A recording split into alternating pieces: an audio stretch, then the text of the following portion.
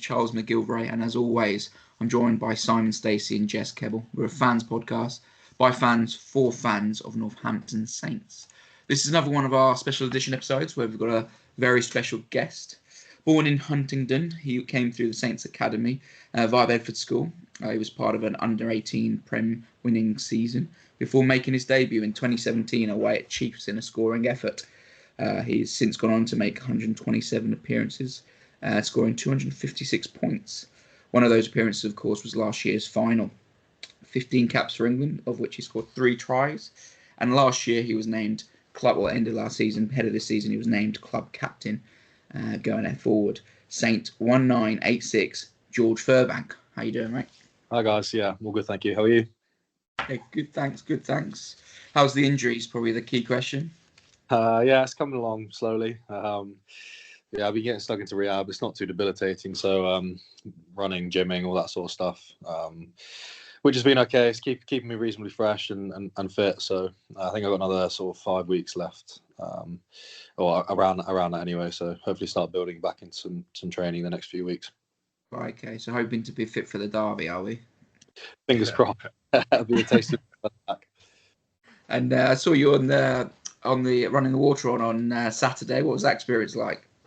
Yeah, it was a different side. Obviously had the mic on as well, so just hearing what the coaches are saying down the mic and what sort of messages get passed on, and then it was quite hard, to be honest, trying to deliver messages whilst you're getting messages said down your ear, felt like a TV presenter or something like that. So that took some getting used to. But no, it was nice to be part of just a match day again, and obviously in a derby as well. So yeah, I enjoyed it. And with that, so when you've obviously getting messages that the coaches want you to relay onto the pitch, do you also, is it just that, or are you there as a leader, giving a guidance to the boys and whatnot, or is it just relaying messages? Yeah, there's relaying messages, but then obviously if I think something as well or something like that, I'd be pretty happy to say it to the lads, or if they want to run any ideas past me, then they can say that. I'm just I'm an extra head, I guess, watching from the sidelines. You can see a little bit more as well. So yeah, there's a couple of things you can do as a water boy, not just deliver water. Right. So I mean, going back to your starting rugby, so I understand you came through at Huntingdon Rugby Club where your father played. Is that right? Yeah, that's correct. Yeah, I played there from sort of the age of 5 till I moved school at like 16. Right. Okay. So, because am I right in thinking you didn't play rugby in school prior to 16, etc.? Yeah. So my first school I went to didn't play rugby at all. So I was indulging in other sports. So yeah, I think our main sports were football, hockey, cricket. So yeah, threw myself into those, and then obviously Sundays were then with the minis and stuff down at Huntingdon. Right, because that must be quite an unusual path, really, in the modern day. That not playing school rugby, at least, public school rugby or whatever, till sort of sixth form level can't be a normal route for a lot of the players, I'm guessing now. Yeah, I think there's a lot who do play rugby at school from a young age. There's obviously a handful as well who probably don't, but then will get picked up and get scholarships to schools that do. And so yeah, I guess it might be a little bit unusual, but it's not like I didn't play rugby. Do you know what I mean? Like, yeah. Yeah, obviously Sundays and training midweek as well. But actually, I'm kind of thankful for it in a way.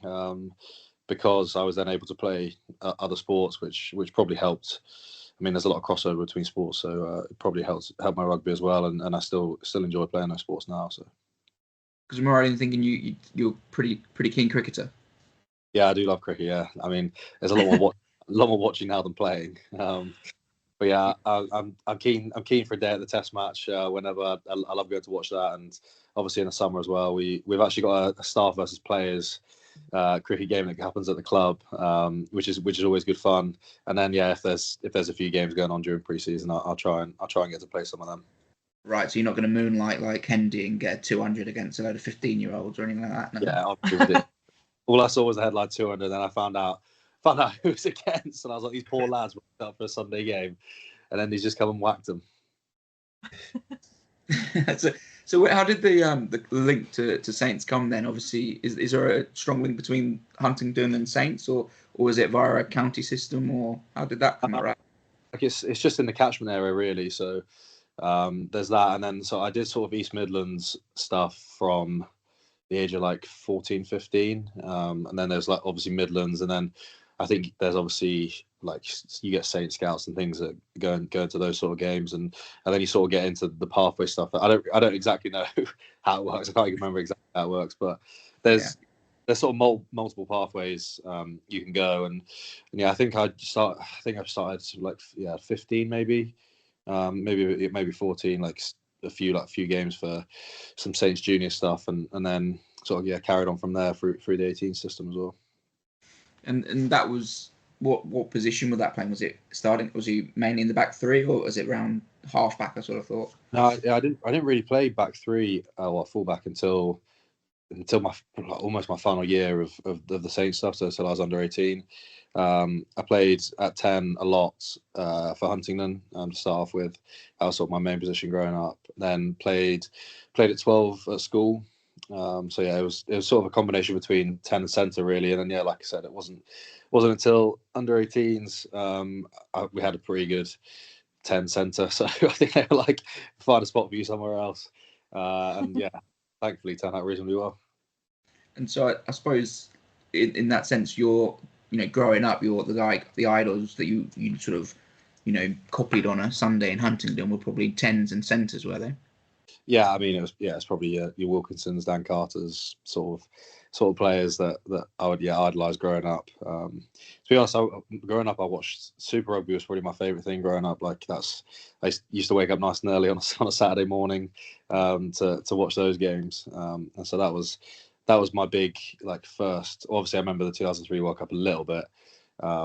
Very very hazy memories even. But yeah, apart from that, it was like Super Rugby that I really remember. Right. Okay. And so, I mean, now stepping in and establishing yourself in the 15 jersey, something I'm sort of interested in, because 15 jersey has always been a big shirt at Northampton. Going through the professional era, we've had Hunter, Beale, Rahana, Foden, etc. And now growing up, does that mean anything having the 15 jersey, or is it just the jersey? Yeah, not particularly. I think you look at a lot of numbers at Saints, you've got some pretty big characters and big players who have played in those. So yeah, I wouldn't say it's specifically the number on the jersey is just more the jersey. Obviously, I grew up a Saints fan, and so yeah, I looked up to the likes of Fodes and stuff like that. So I mean, to be at the club at the same time as him and learning off him, and then to go on and play for Saints as well was pretty special. But yeah, it was just like wanting to play for Saints more than actually a specific number. Right. Okay. So because we had Foden on the podcast, and he said it. One of the reasons he came to the club was to be in the same squad as Bruce Rahana, who he then obviously took over, and then obviously so you've been in the same club as Foden taking over as well, sort of thing. Yeah, I mean, if I think about it, I think it's probably pretty cool.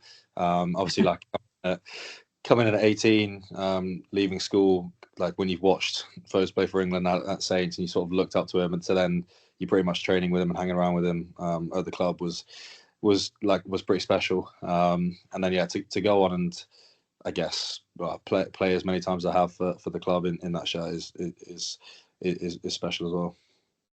And of course, really special.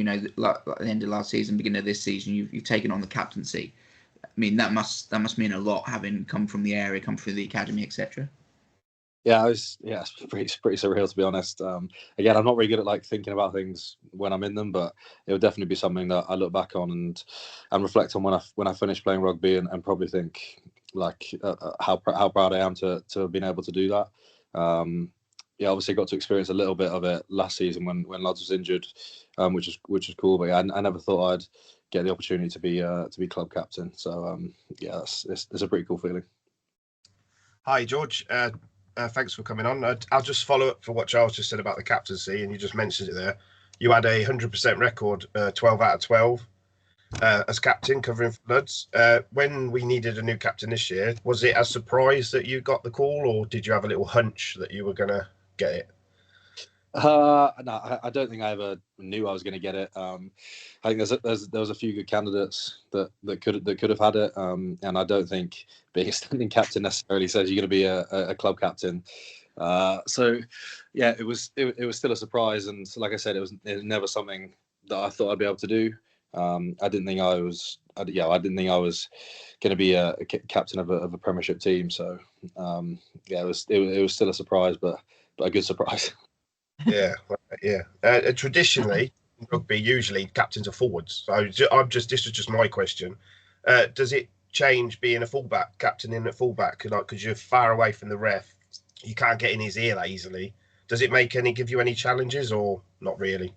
Yeah, I guess the only challenge is like you said, being a bit of a distance away from him. So having those small conversations with him a lot of the time is quite difficult. But I'll tell him at the start of the game that he can pass his messages on through like one of the other boys. So if there's a small message or something where he doesn't need to come necessarily speak to me, he can do that through one of the other boys, which I mean makes it a little bit easier. But I mean, I'd like to be a bit close to the action, and I quite like chatting to refs. So yeah, that's a little bit annoying. But it is what it is. Something you got to deal with and adapt. Yes, fair enough. Yeah. During your time at Saints, then, so what are your highs and lows? Because obviously there's been quite a lot recently. Yeah, obviously winning the Premiership last year was the biggest high. High I'll have probably in a Saints jersey. Just with the year it was, finishing top, I just felt a lot of pressure going into that semi-final and final to then go and win it. And obviously with a lot of big characters leaving the club, wanted to do it in there last year as well. And yeah, winning the Premiership was something I'd wanted to do forever. And then to do it with a club I supported growing up was pretty amazing. Some lows, I guess, probably during COVID, when we started playing again was a bit of a low. I think we went on a run of like 12 losses in a row or something, and obviously playing in front of no fans, which I found pretty tough, considering what you used to like at the Garden. So that was probably the biggest low I've had in a Saints jersey, or the toughest time I've had in a Saints jersey. Yeah, you just mentioned the amazing final, which was absolutely amazing. So as you were there, sat in the stands with all of us in 2014, what was it like to then play in the final and actually lift the trophy with all the boys? That's just like every Saints dream, every fan's dream, in my opinion. I can't imagine how it felt for yourself. Yeah, it was just bonkers, to be honest. Like, I can't describe the feelings really. Like, it's one of those things you just feel it in the moment, and then and afterwards, like, yeah, it's hard to put into words what that meant and the high that created. Like I said, it was something we'd really driven towards all season, and to do it with that group as well was a pretty sort of surreal and mad feeling, and you feel like you've worked really hard to get there, and then to go and win it was crazy. I actually felt more nervous. I was a lot more nervous for the semi-final than I was the final, to be honest. Just because, like, once you get to a final, it's like it is what it is, and you want to play well, but you've got there, and you're giving yourself the best chance of winning. And I guess finishing top, that semi-final against Sarries, they're a pretty tough team to play against, and they know how to win knockout games. And I felt like I'd earned a place in the final, so then I felt more pressure to win that game than I did for the final, which is kind of weird, I guess. Yeah, I bet. Just one more thing. What was it like, the parade the day after? Because I was there. It was absolutely immense. The amount of people that turned out to see. And were you, let's just say, were you all a bit tipsy? Because a lot of you had glasses on. Yeah, it was. Honestly, that was probably one of the craziest things, because like you see football teams do it, and you're like, oh, that'd be unreal to do that. But you don't really think you'd get it as a rugby club. And I was still skeptical about, like, when we got on the bus, like how many people are actually going to be here. And then obviously we had people walking with the bus the whole way to town, which was mad. And then it was as we turned the corner into that main bit, I was like, this is crazy. Like, it was rammed. And yeah, the atmosphere there was was unreal, and yeah, a few beers deep probably helped that as well. So there weren't any sore heads because I think everyone just carried on from the night before. So yeah, that was that. Yeah, it was again, that was something that was just surreal again. And what's that? I'm interested because obviously we'd had the European semi-final not long before that. It almost went our way, but obviously didn't quite. Was that kind of a real big push as well in terms of the Prem final of, we came this close in Europe, now we really feel like we have to go and win the Premiership to kind of cement that season? Yeah, I don't think we put pressure on ourselves to go and win the Premiership necessarily, but I think it just gave the whole team confidence that we could go and beat anyone. We played some pretty big teams in Europe before that semi-final, and like one away to Munster and Glasgow, which were two massive wins. And then, yeah, an extra 5 minutes in that semi-final. We probably back ourselves to go and win that as well. So I think it just gave us that confidence that, like, on our day we perform, like we're going to go and win. We're going to go and win any game. And so that was sort of the main drive, rather than putting pressure on ourselves to go and win, because we didn't in that semi. And in terms of obviously like the celebrations after the Prem final, was that really your primary focus of just celebrating it? Because I know we've heard Dowson and Laws in kind of interviews after the match who very kind of straight up said we played horribly, probably one of the worst performances that they kind of put in, still came out obviously on the winning side. Is that something that you've kind of reflected on, or is it just close the book, move on to next season? I don't get how we performed in the final. Finals are all about winning, aren't they? So yeah, so that was I'm not actually, I don't think I've watched the game back really. I'm not bothered about that. I think if it was season, we'd probably reflect on it and be pretty disappointed, even though we'd won. But it wasn't. It was a game that all that mattered was winning, and we managed to do that. And in terms of, just want to touch like briefly on your international career, what was that like? Not just being picked for England, but obviously you've been picked kind of at the same time as a fair few of your teammates, which must have made that an even kind of sweeter experience.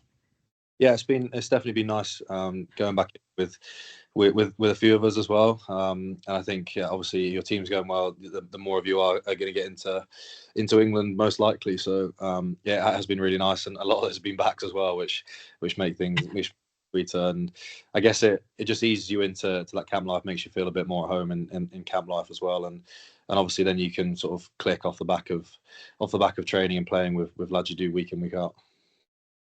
And what's it like? Obviously, you're in a different position at the moment, having to kind of watch from the sidelines. Does that again kind of like spur you on in rehab of, can't wait to get back out there, kind of watching others kind of represent England? Yeah, it does. To be honest, I'm trying to switch off a little bit from rugby. It's kind of nice.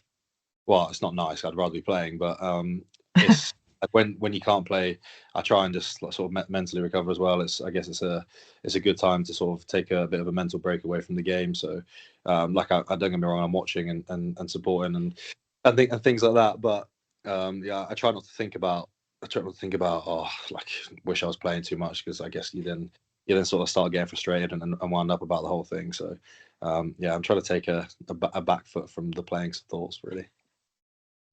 I mean, obviously your immediate focus, obviously coming back from that injury, but in terms of kind of thinking forward into the future, whether that's kind of short-term or long-term kind of goals, do you have anything that you're specifically working towards? We've had other people on the podcast. We've had Tom Lockett, for example, who said his kind of immediate goal is, trying to make the team sheet, every week. Do you have anything that you've kind of set forth, or are you just kind of a bit more relaxed about it at the moment, having just come off that winning season?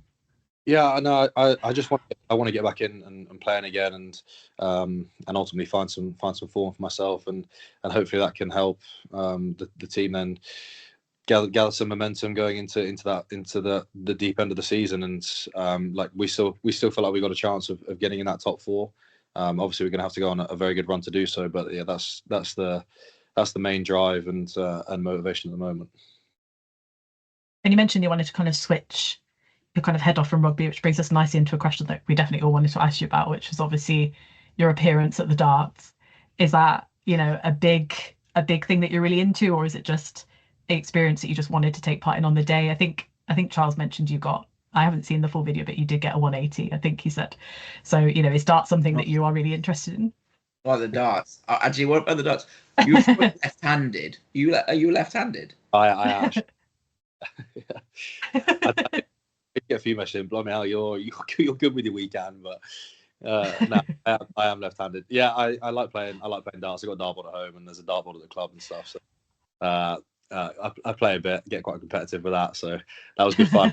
Obviously, like the Ali Pali is a pretty cool place, and I mean, I watch it on telly a lot when it's on. I've still yet to go like properly as a fan. Obviously, we went and played and watched a bit, but we sort of in the section off area, not really drinking. So I quite like to buy into the drinking culture of a day at the darts and do it properly. It's quite hard to book those. It's a bad time for us. And then kind of outside of sports, because you've mentioned some of the sports you played when you were younger, and assuming you still have kind of interest in kind of watching those. You've mentioned the cricket. Is there anything kind of non-sport related that you're really into kind of outside of the game?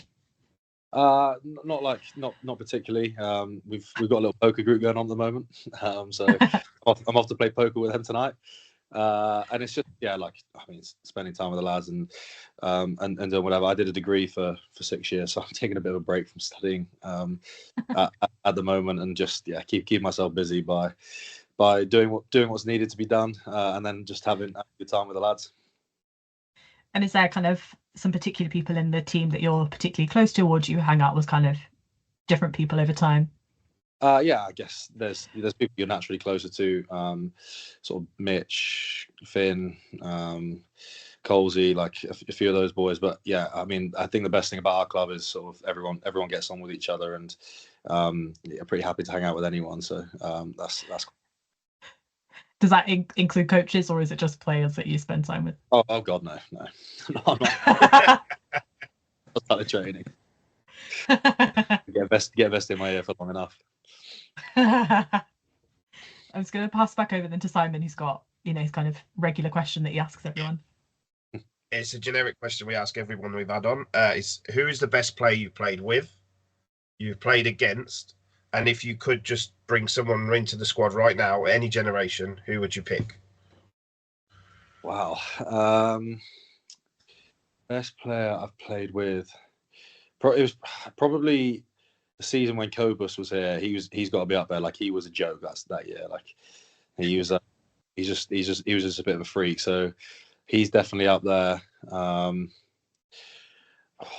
Who else? I mean, if I'm thinking just Saints, then probably like George North again, another one up there. Like, just a bit of a freak of nature. Like, I'm a very good rugby player. Best player I've played against, well, probably DuPont. Yeah, he's a bit of a joke, isn't he? And then if I could bring anyone in, maybe like a Kieran Reid or something like that. I think he fit in nicely with Saints. Yeah, good player. Yeah. Definitely. Yeah. Looking to the future now, I mean, I know your primary goal is going to be get back into the, get back fit and get back healthy and playing, etc. But in terms of your game, are there any areas of the game where you're sort of your key focus on you developing and improving, or is it 1% across the board, or is there key areas you look at, or? Yeah, I mean, there's a few bits that I specifically look at. So just my contact work either side of the ball, like being able to beat people, and then being good in defence as well, stopping those one-on-one things, and then probably high ball stuff as well. Obviously they changed the law, so there's a lot more competition in the air now. So being able to bring down as many of those as you can is always a constant work on. Those the changes to allow the free access for the challenge, etc. Does that change the way you approach those high balls at all, or? Not particularly. I mean, I guess you probably just got to go at it a bit more aggressive, like, and also don't put too many expectations on yourself. Like a lot of the attacking sides who will go up for that ball and just going for slap back, and it's pretty hard to win those when you've got to go catch it and they're just trying to slap it back. So I guess it changes things for lads around just being ready for those slapbacks and things. But yeah, just being as aggressive in the air as possible is probably the biggest thing. What's your view on the changing of there seems to be every couple of weeks there seems to be a trial or change? As a player, how does that affect you? I don't know. It's just a bit of a mad thing to do in the middle of a season. I think. I don't mind the rule change. I think there's some good ones in there. I think that open up the game a little bit. But yeah, it's just a bit of a weird thing to do, is change the game midway through a year, to be honest. Yeah. And sorry about the high with the high ball. Obviously, you're excellent in high ball, etc. But for that England jersey, there's it's the main comparison seems to be in a lot of people's mind you compared to Freddie Stewart, and that seems to be his real super strength is his size and his capability in the air. You're a different type of player to Freddie. Him being sort of having that super strength, does that put pressure on your other skills? Your distribution, your pace, your sort of impact at the line. Do you ever feel I've got to really nail those points down to make my point of difference? Yeah, I guess it's just, for me, it's about bringing my super strengths to the game. And yeah, we probably have different strengths in different areas, but if I feel like if I bring mine to the game, that's all I can do really, and then be as good as I can in under that high ball stuff. I'm never going to be as good as Fred, but like it's a work towards that, and be as good as I can in that area, and then like I said, just bring my super strength to the game, and that's probably the only focus I can have. Yeah, one final question then. You sort of, I think I read somewhere that you never really sort of expected to get to professional status, and then you said in this podcast that you never really thought that you were going to be club captain. What's the next goal that you don't think you're going to do that we should expect you're going to do? I don't know. I would always love to be able to play for the Lions. It's, like I said, it's probably pretty unrealistic now, given I've not given myself a shot in the Six Nations.